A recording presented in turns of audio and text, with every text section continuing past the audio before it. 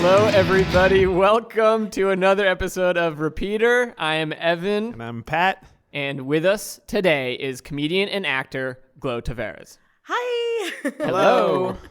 How many people say hi? Just you. You're the first one. Oh my God, Yep. I'm so cool. Record setting. You are. That's why you're on the show. We only invite cool people onto the show. Oh, baby. Yeah. I just snuck on. Oh, yeah. Pat snuck on.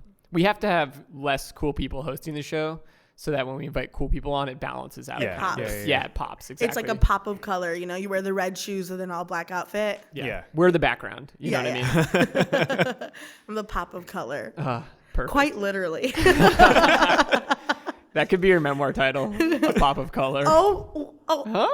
Don't take it if you're out there. You can't take that shit. That's close. That's mine. Copyright. First Oh my album. God. First stand-up album. Trademark, registered trademark, and Copyright. everything.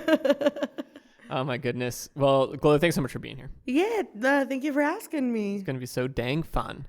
Let's kick it off by talking about something we've been listening to lately. I thought you were going to say it's so dank fun. Oh, this is dank fun. We're having dank fun. Pat, why don't you give us that first dank music track you've been listening Speaking to? of dank. Speaking of dank. Oh, that's another good podcast. Speaking of dank. Speaking of Copyright. dank, Copyright, registered trademark, TM. that's our next podcast where we review weed strains. Yeah. Speaking of dank. Speaking of dank.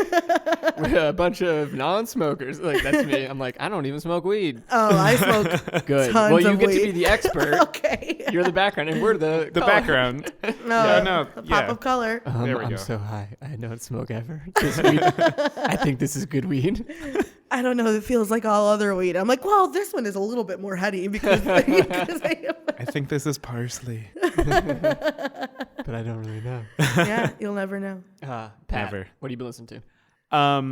So I've been listening to a band called the Hers Collective. I do not know much about them. I do know that they are a nebulous kind of setup. When I first discovered them, they were a two-piece, kind of thrashy, hardcore. The first thing I discovered from them is called the First 100 Songs. It is 100 songs that are ranging from 0 seconds to about 26 seconds. It's a lot. But they have an EP called You Can't Kill Us. It's intense. I would say if you're into Converge is probably up your alley. I do not know much about this band, but... Glo, you into Converge? I'm laughing so hard because I don't understand anything you're saying. But... Background. Just remember that. Just Converge. Yeah, I'll look it up later. I would say they're at least worth reading about because it's a collective of women, queer people, non-binary. I don't want to like limit my description because I don't know. I only know them through their Bandcamp. And I say nebulous because they started as two, as far as I know, but it seems that the members sort of fluctuate. And I think more femme-leaning. Yeah, for sure. Yeah, It sounds like they're more femme-leaning. So, but like it's cool because a lot of what they talk about is just like what their experiences are. So like it's definitely like hardcore metal, like intensity, and it's very cathartic, like sort of anti being a victim or. So this one is called... Political. It's very political. Yeah. So this one's called You Can't Kill Us. They have another one called How to Stop Street Harassment. Cool. It's cool. It's definitely not for everybody, but certainly please go out and at least read about that band. Oh. Rad. Okay. Love it. Cool. I've been listening to Always' last album. That's Always with 2 V's instead of a W. Uh-huh. And I think the album came out in like the fall. And I just, for some reason, never heard it. But I really like it. It's got a lot of kind of dreamy, synthy, but like hooky songs. So kind of poppy, but also dreamy and pretty. And one of the songs I really like on it is called Dreams Tonight. The album's called Antisocialites. It's a really fun but chill album. You know what I mean? That sounds good. Yeah, it's good. And that song, I think, in particular, is one of the poppier, more hooky songs on the album. So Okay. it's really like catchy and fun. My question for you guys who don't smoke. Yeah. should I smoke before I listen to those albums? Ooh. I think yours, the Always album, yeah. I Yeah. think, yeah, it'd be good. Yours, I feel like I'll get scared. Oh yeah. Like thunderstorm, cacophony are very good descriptors, I would say. Yeah. Okay, so all right. So if you're a pothead listening, Smoke to the Always album. Yeah. Don't Yeah. smoke to the Hers Collective. don't It do is not stoner metal. Okay. Okay. All right. Cool. Got it. Do I say what I've been listening something to? you've been listening to. This album that I recently discovered, and I'm super into it. It's Erykah Badu, and it's Can't Use My Phone, and it's spelled like CAINT, like can't. Mm-hmm. And it's a mixtape from like 2015, and I'm obsessed with it. There's a song on it called "Put Your Phone Down," and it's just like her just repeating, "I can make you put your phone down," and it's just like, so like sexy and just like good, just like I can make you put your phone down, and it's just like your mom's gonna get worried about you, but I'm gonna make you put your phone down. It's just like so good, and there's like some covers, and then she like changes some of it, but it's just like really good. Like the hello, hello, hey, hello, she covers it, and it's, I don't know, it's so good. It's just a good mixtape top to bottom. Cool. Yeah. I love it. Woo. What song do you want to talk about today? Oh, okay. So this is from the album. It's a Hall Oates song, except Oates. now they hate each other, so they say that they're not Hall Oates, they're Daryl Hall and John Oates, because they're two separate people who collaborate. Oh my god. Oh my god. As if just having a name that's their last names separated is not enough separation.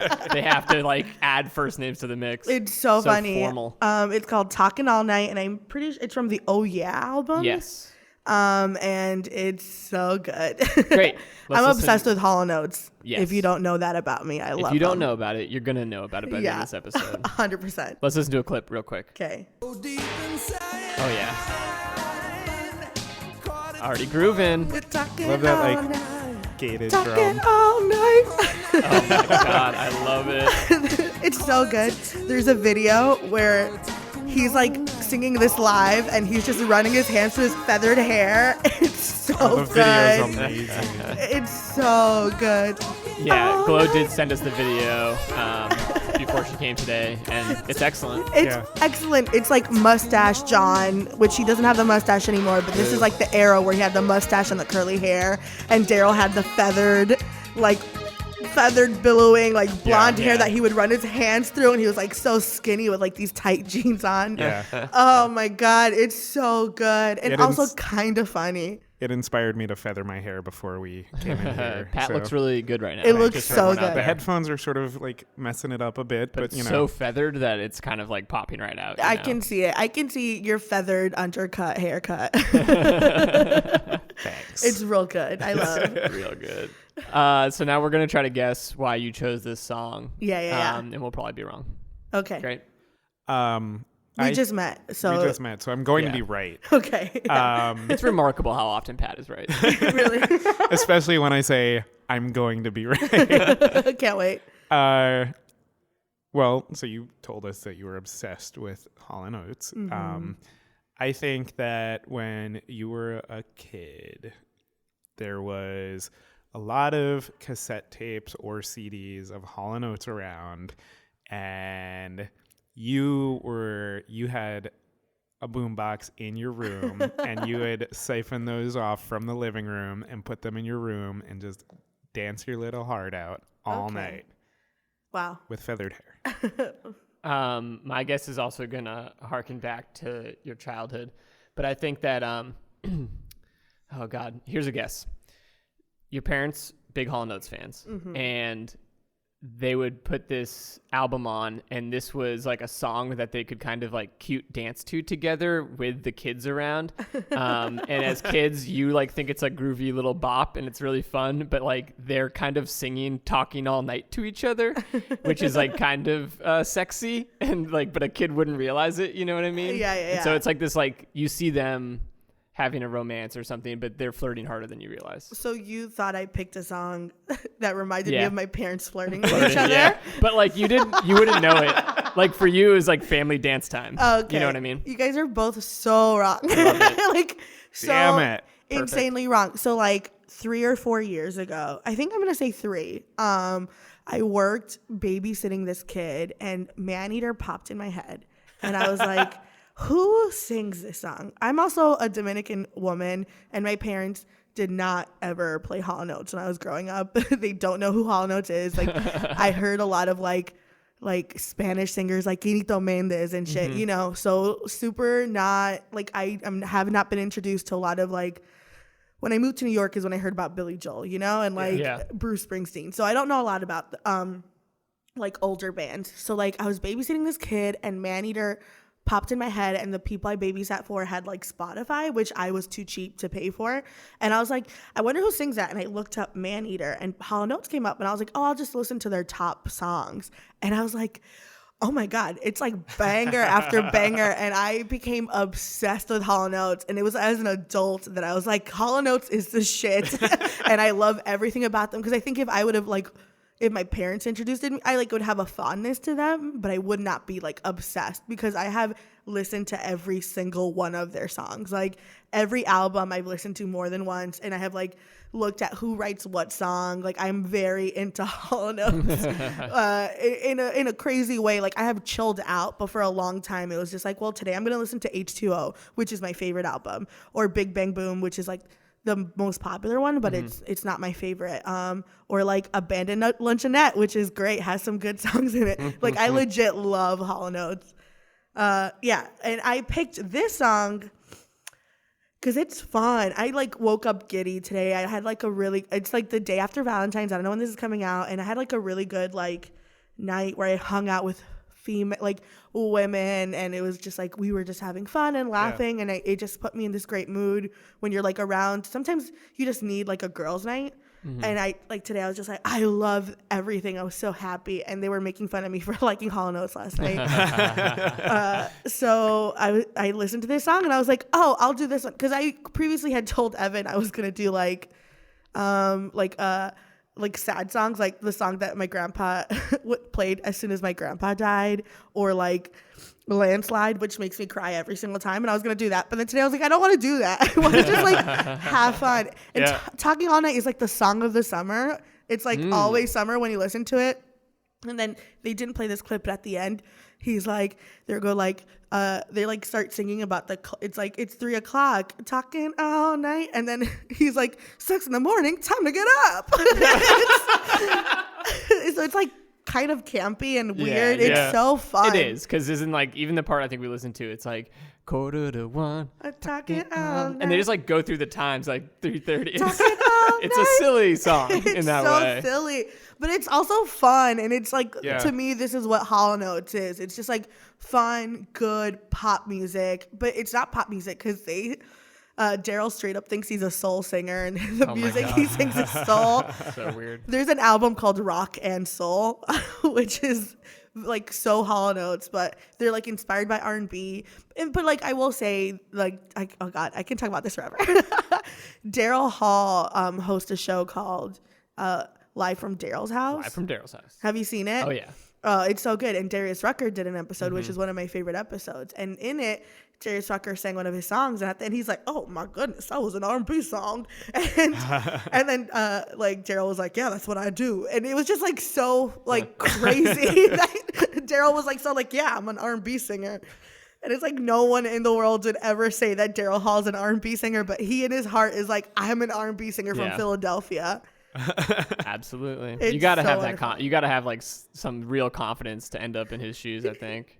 For real. I mean, he has the most confidence. I saw them live last year, and they clearly like did not like each other. So funny.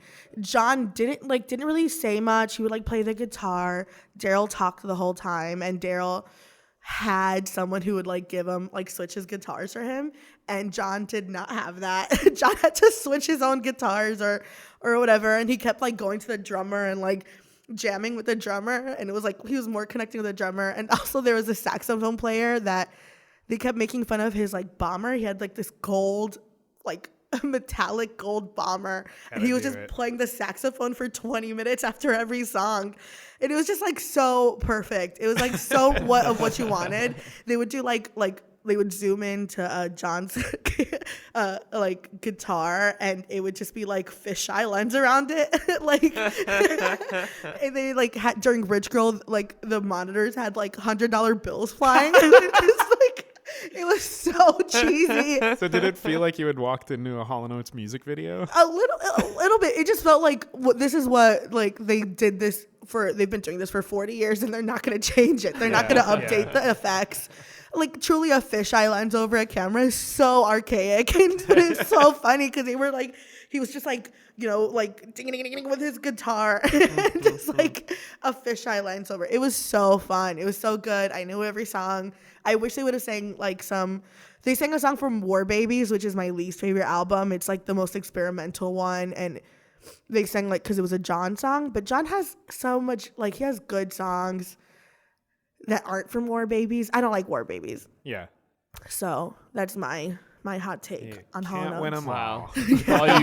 All the War Babies fans out there. Not for listen me. up, not for Glo. No. I feel like only one other person listening to this, like, I heard War Babies once. Not good. It's a weird album. It's not my favorite. So when you wake up on any day and you're like, I'm in a good mood, is it immediately right over to the Hall Oates playlist, or? Sometimes yes. Like today I listen to Hall Oates all day. And sometimes if I'm like in a funky mood, I listen to Hall Oates and I'm like, okay, I feel good now. Cause their music, even like She's Gone, which is pretty sad, and like it's still like it uplifts me in a weird way. And like Sarah's Smile, won't you smile a while for me, Sarah? I love Hall Oates so much. But they have like, because your kiss is on my lips. It's just like fun, like music that's really not about anything, but it's about like some stuff. I don't know. It's good. It's like syrup. That's such a good description. Yeah, it's like, you want to put like syrup. Like, you don't need, pancakes are sweet without syrup. You put some butter on it. It's good. But then you like put a little bit of syrup or a lot of syrup, and it's just like, I don't need this, but this is great. I love it. And there's probably even times where you're like, I don't know if I can eat any more of this, but you're going to have just a little bit more. Just a little bit of syrup on top. It's so good. Yeah. Oh, man, they have so many good songs. They have Camellia. Oh, Camellia, won't you take me away? So this song is also super Hall Oates because it has like the low and then the all night, which is like what they love to do. Yeah. It's I love them. I started listening to this song and realized, I do not know anything about Hall Oates. But the thing that I really, really loved is how spacey and like weird the saxophone gets. Like, because they just like throw reverb on, and that guy just goes for it. He goes for it. The concerts, like truly, I said 20 minutes as an exaggeration, but it would be like 3 minutes of saxophone solos. Yeah. And just like people loved the saxophone player. They were like truly like vibing with him. They were just like, yes, more of the saxophone player. And like whenever they introduced the band, he got the biggest like claps awesome. And like woos. It was wonderful. Where did you see this show? It was in Jersey. I went to New Jersey because it was cheaper. Yeah. And it was outdoor because they did the Queens one and it was like outdoors and like I was like, I'll just go to Jersey and watch them there, and it was so fun. I don't know. It was great. I'm going to say I love Hall Oates this whole episode. Have you converted any friends? No. Most people are like, okay. There's some people that will talk about Hall Oates with me. They're like, yeah, they're great. But I've never like played Hall Oates or anyone and then be like, okay. Well, Tremaine Alston, who's a comedian who moved to Chicago. He's been on the show. He has? Yeah. He like texted me the other day and was like, Hall Oates is coming to Chicago. Should I go? And I was like, yes. And I'm pretty sure he's going. Nice. And I've been like sending him songs in the morning, just like, hey, this is a song that you should know, just in case they play it.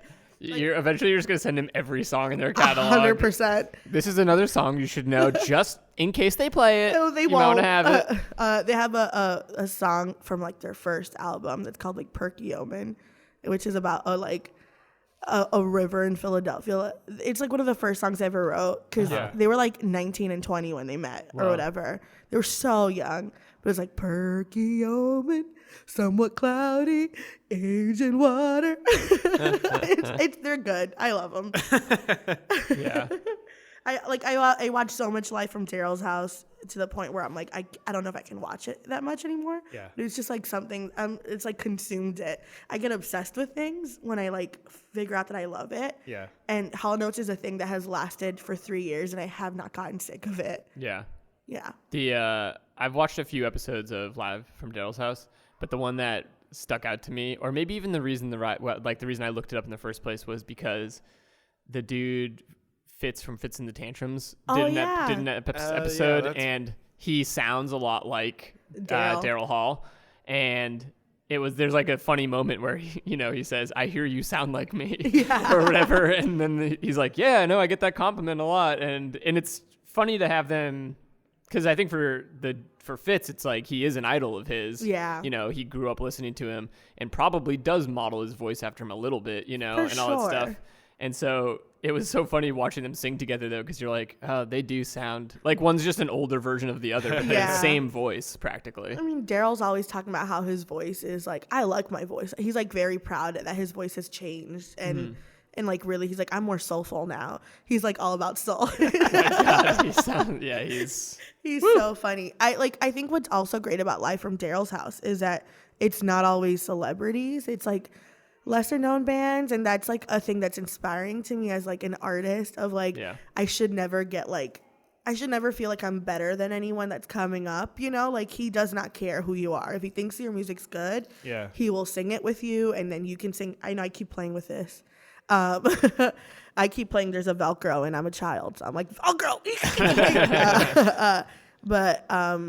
He like doesn't care. He's like, I'll play music with you. Like, we'll sing your song, you sing my song, whatever you want to sing, we'll do it. And it's so great. Like, I think that's what inspires me as an artist, Yeah.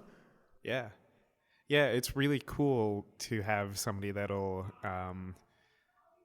shepherd or just be open to going, okay, cool, you do that too. I like what you do. Kind of like it feels like it levels the playing field a little bit. Yeah. It's just like, you're talented, I'm talented too. I guess maybe he would say that. Yeah. Maybe he would actually say, I'm soulful. He's not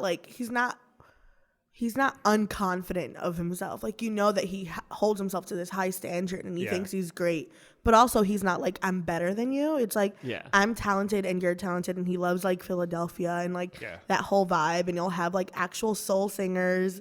They did an episode where they sang this song called Caramel, which is like so sexy. It was just so weird, So it's like, it's good. I love that shit. Cause like how many celebrities do that? Yeah.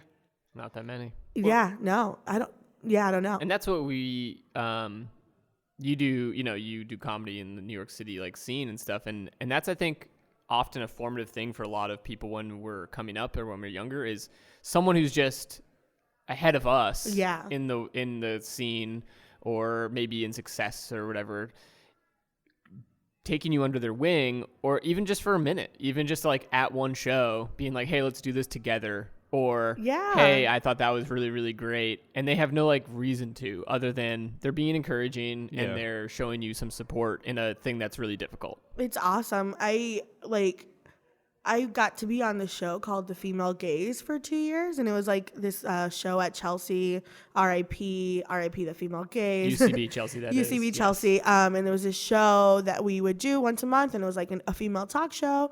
And that show had like Caitlin Bitts, a guy who I didn't know, and she like Naomi was one of the it was Janie, her, and Naomi who like created the show. Janie Stoller, Caitlin Bitts, a guy, Naomi Reggae, and they created the show. And Naomi was like, oh, Glo's funny. And Caitlin was like, okay, if her name's Glo, I'll put her on. And then Lauren Adams, who was like already on Kimmy Schmidt, and she was so kind, always treated me like an equal. It was like full of people that like I truly like loved and respected. And like they always treated me like an equal. And it's just like, that's the shit that really matters to you. Even though like the further along you get, the more you're like, oh, we're all kind of even. We're all trying.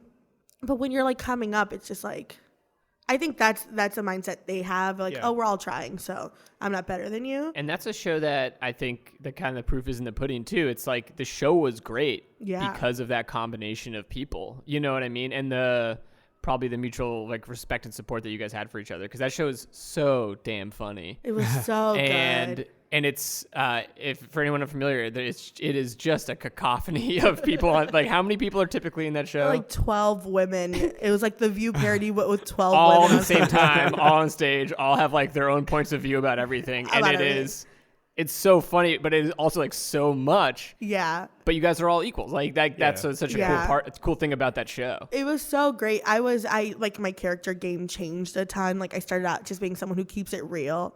And then I was like, well, I keep it real. This is what I'm doing. I'm gonna keep it real. And then it slowly turned into me being like, well, I come from a rough, like, I didn't grow up super. I was like, where I come from is super rough. And they're like, aren't you like from Westchester? And then it turned out that my last name was Westchester. So I just kept getting richer and richer. And it's just like, it was so good. Where I was like, I was almost a Trump when he was like running. So it was funny. Yeah. And then, oh my God. When it was a big joke. And so I had all these like great moments with like, I grew as a comedian and I could be in front of an audience. Like, so like it really helped. But also like after the election, which was so awesome. The election wasn't awesome. After the election, we were all really sad, and we truly had a show planned the next day. And BB, what's his name? BB, is that his name? BB? I don't know. He was in a show, an Asian guy. Oh, I don't know. Oh man, I wish I knew who he was. BD Wong. Okay. You guys don't know. BD Wong. Oh, it does sound familiar. Yeah, he was in. He was like a famous guy. Uh-huh. He was supposed to do the show, and then he like canceled because of course. And we were like, honestly, you don't have to come. We're like, you don't have to come. He's like, okay, I'm not coming.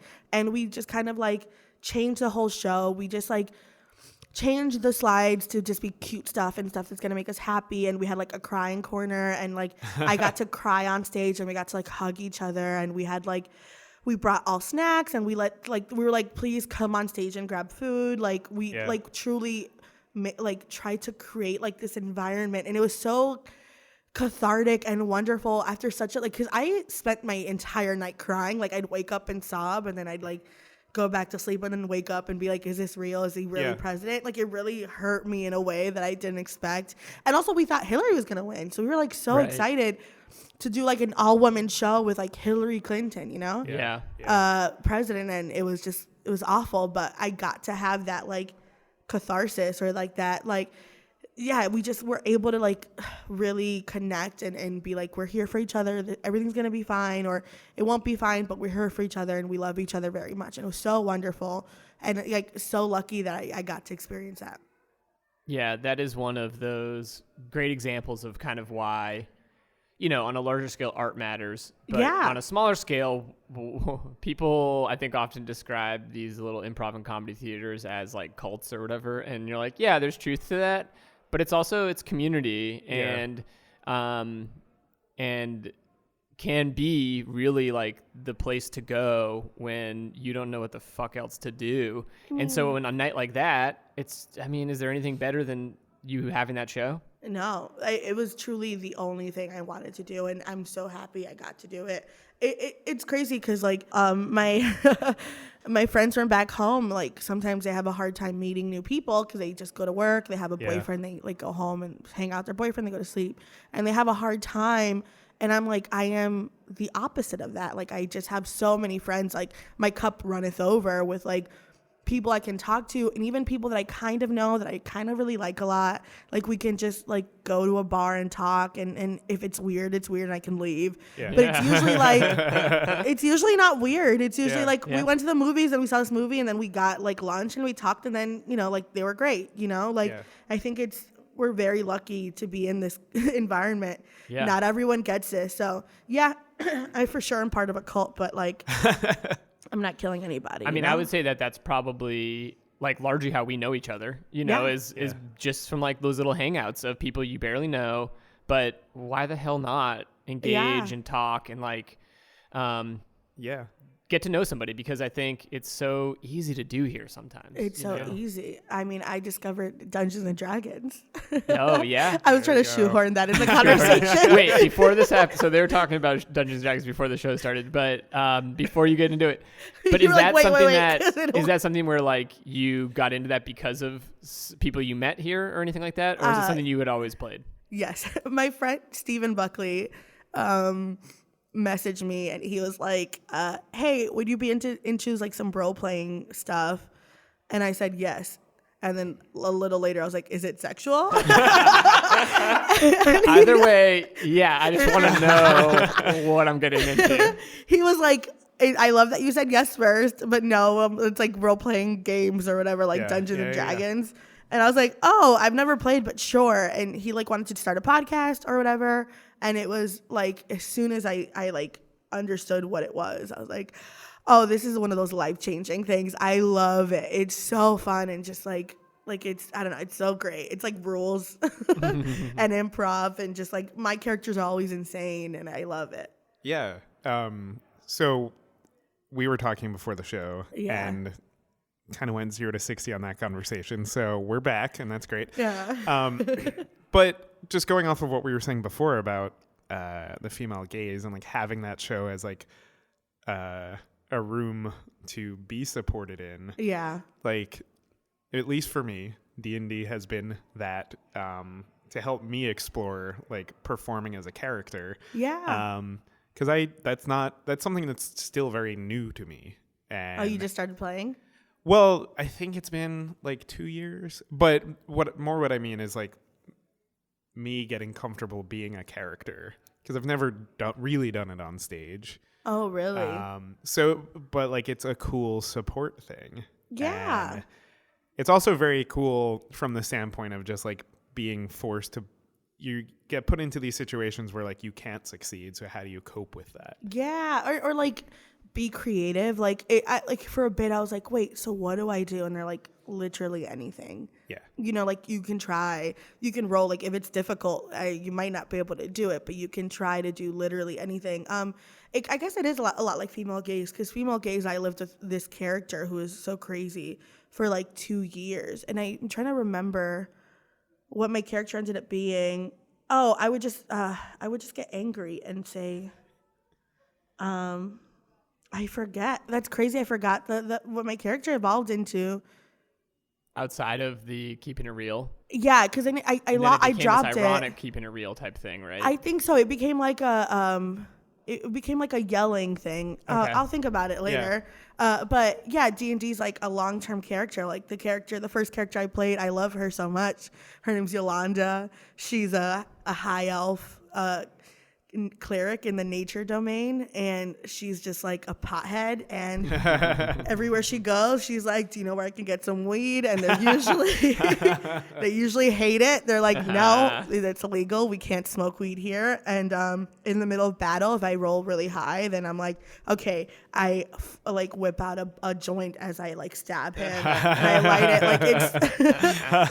Like it's so fun. Yeah, like it's just like I love it. I love just everything, because also she, and like also playing the game, like the more I play it, the more I'm like, oh, she's not what I think. She has like layers to her where she's like super loyal and she like really loves her friends, and like that's who she's mostly devoted to. Yeah. And she has like, I figured out that if she charms someone, she gets charmed too, because that's just who she is. Like if someone's charmed by her, then she's charmed. Yeah. So like I've had her like fall in love with people because she's like, oh, you like me, I like you too. Oh my God, I love you. We're in love now. And it's, I don't know, that's like a fun thing to do playing D&D. I just love it. Yeah. Yeah. No, I truly, truly enjoy it. And just because I want everybody to play it, I really, really want everybody to at least play it once, because it, for me, has done a lot for how I like perceive what I'm doing in my day-to-day life. Yeah. And what's your character? So my newest character, I have not played them yet, is a character called Kesh. And Kesh is with a dollar sign. Right. No, Kesh is a bard, a half-elf bard from the College of Glamour.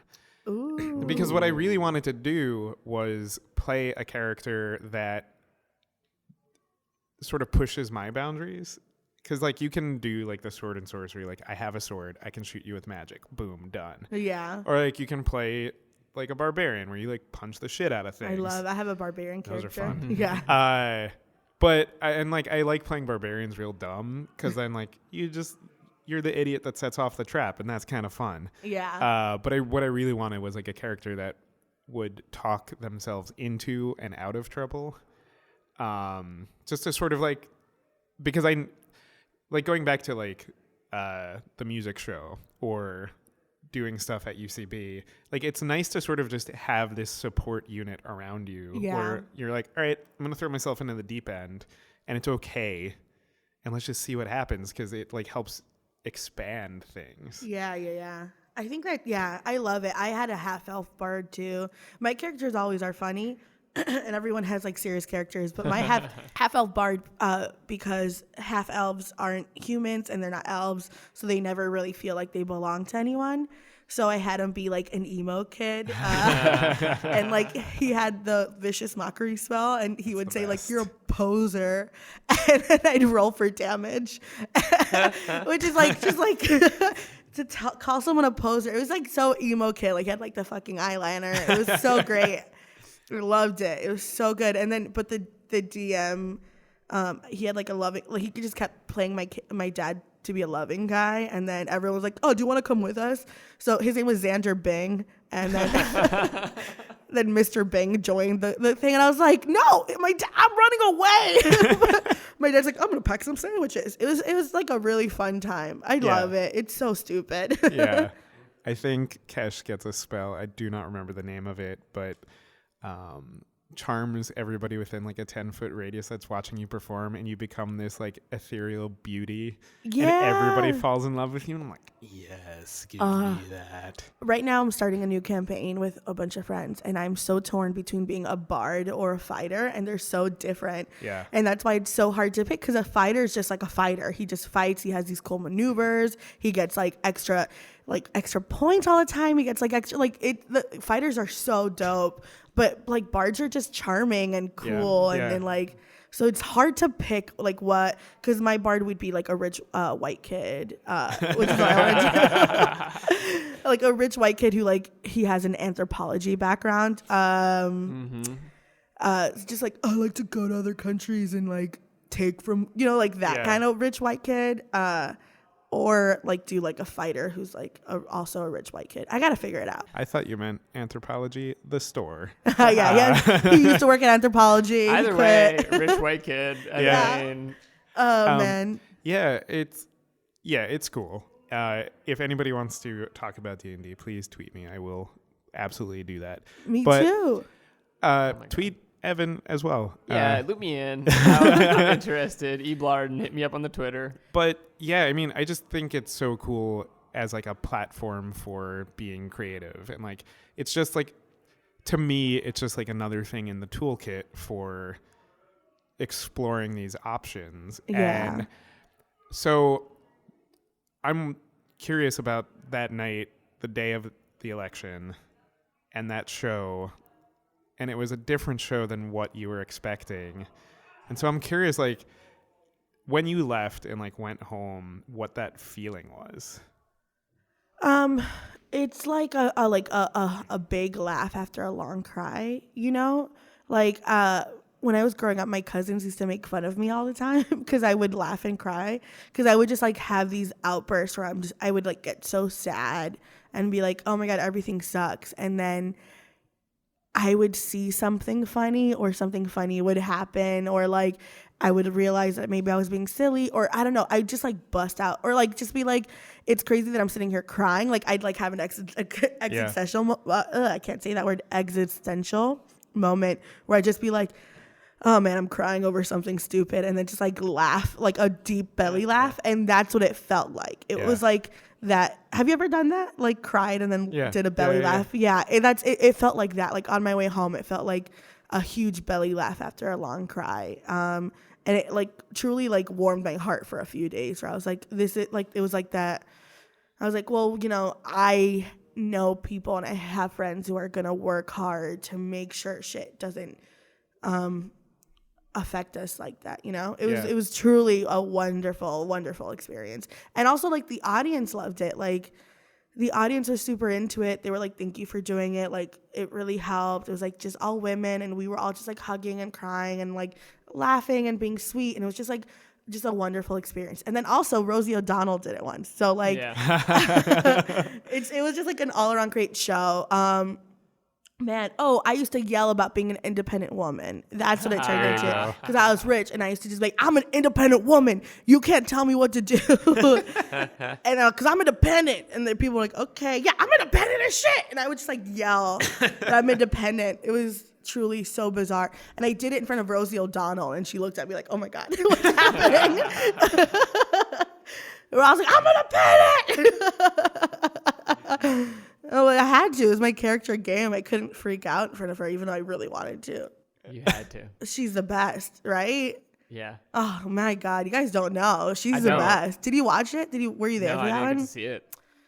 It's on YouTube if you look for it. She was just good. She like told so many great stories. She was so giving. Like as soon as she walked into the green room, she was like, "Hey, I'm ready to do it." Like she was just hype. That's awesome. And like she was just like the most giving performer, you know, and giving to us. And like another example of like, doesn't matter how big you get, like there's always like, just be humble. She was like super humble. She put us on her Twitter. Like it's, I don't know. It's awesome. Like that's for sure. Like, and who knows if I'll even ever get big, but just like, I just don't ever want to feel like I'm too big for my britches, you know, like I shouldn't. I want to stay humble. I guess it's something that, because I'm a cocky bitch, you know. I can get cocky sometimes, but I like always tell myself like, but I'm cocky because I know I'm good, but there are other good people too, you know. Yeah. It's important to remember that. Yeah. So you chillins out there listening.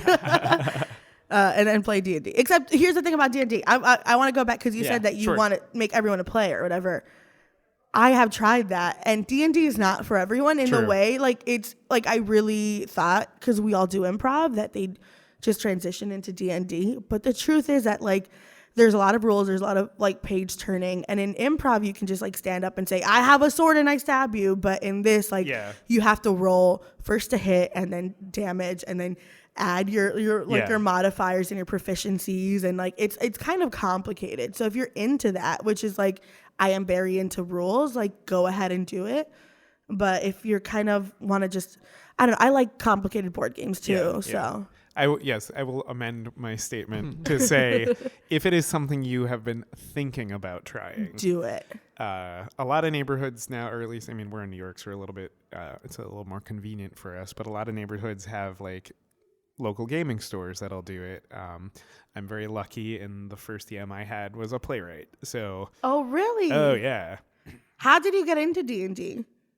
My friend Chris, who was at the live show when we last talked about D&D, and confirmed that I understood the difference between a warlock and a sorcerer.